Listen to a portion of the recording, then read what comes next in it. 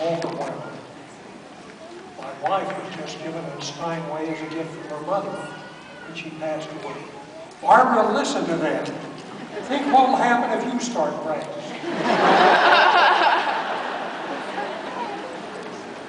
President Samuelson, faculty, and you very extraordinary graduating class.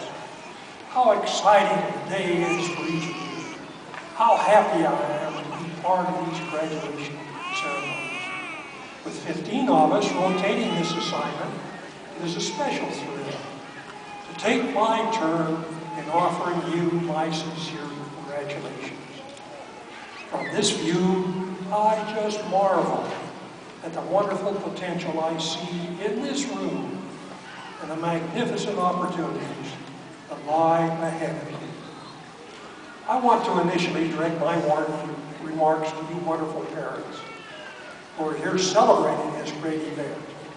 That child you've watched over, trained, prayed over, encouraged, put up with on occasion, fed and clothed, is today graduating from the world-famous Brigham Young University. I'm certain your heart swells with pride on what they have accomplished. I'll just pause now a minute to let you give a big sigh of relief for what is happening. Your child is graduating at long last.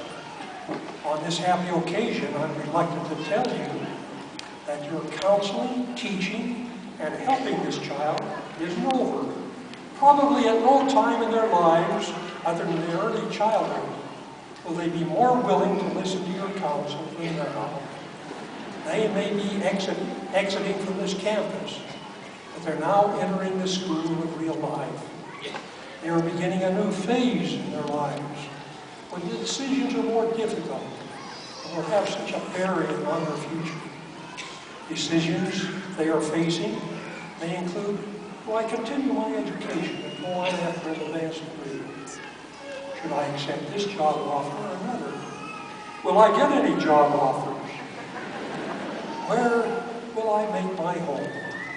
A list of questions and concerns goes on and on. These decisions come at a time in their life when the world's decisive message of what is truly important will clamor for their attention and make it difficult to know which direction to go.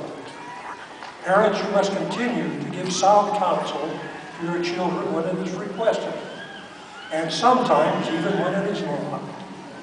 You can choose to be the spiritual compass in their lives, but you must prepare for it and be willing to counsel at the appropriate time.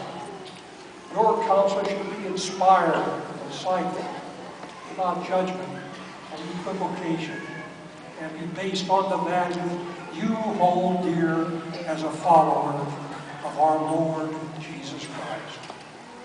Your children will leave this university knowing the true source of direction and inspiration lies in looking and pleading heaven, lest we fall into the pattern warned about in the Scriptures. When they are learned, they think they are wise, and they hearken not unto the counsel of God, or they set it aside. They suppose they know all themselves. Wherefore, their wisdom is foolishness, and it profiteth them nothing, and they shall perish. But to be learned is good, if they hearken unto the counsel of God. Your children will continue to need your help and direction in finding the balance in their lives, to find harmony between employment, family, church, and civic responsibilities. Now for you who are graduating, listen up. We have a lot invested in each one of you. And you and your parents have invested a lot in you to get you to this point. You have decisions and the whole life ahead of you. Today you graduate. Your undergraduate years are now over. You are now finished at this point in your life. You will not travel this road again. There will be no retakes, no second chances, or repeats. You have your degree. It has been a lot of hard work. Today you have a great deal of satisfaction on what you have accomplished. You will always have special memories of these wonderful days. It has come an accumulated experience and hard-earned wisdom. Tomorrow, in the journey of life you resume, the choices you make will make the difference in what you want to achieve.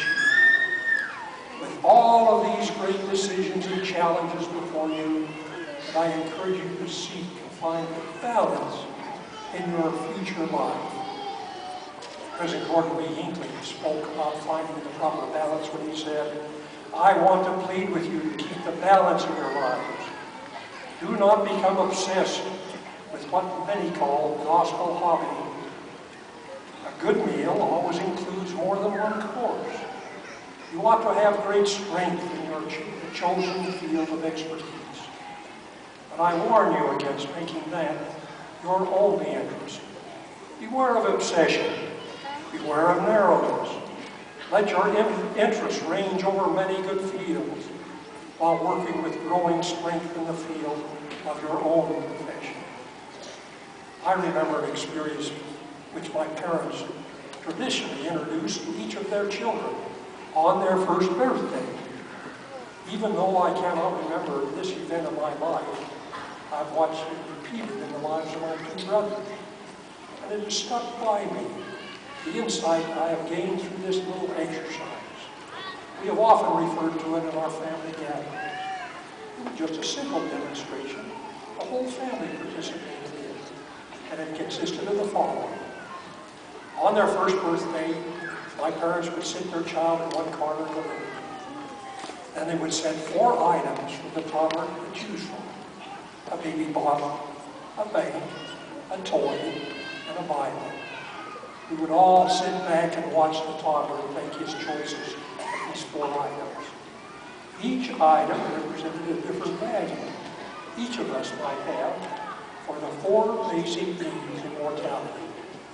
Family tradition held that whatever the baby chose, that would be their focus in life. Now let me report on how valuable this tradition has turned out to be. In our family, we had 3 older sisters. Then came an order, Arthur, Tom, Ted, and Bob. What were our results? Tom clutched the bank, selected accounting and finance for his chosen profession. Ted grabbed the Bible, and you almost always see him with a book in his hand. He became a lawyer. Bob was different.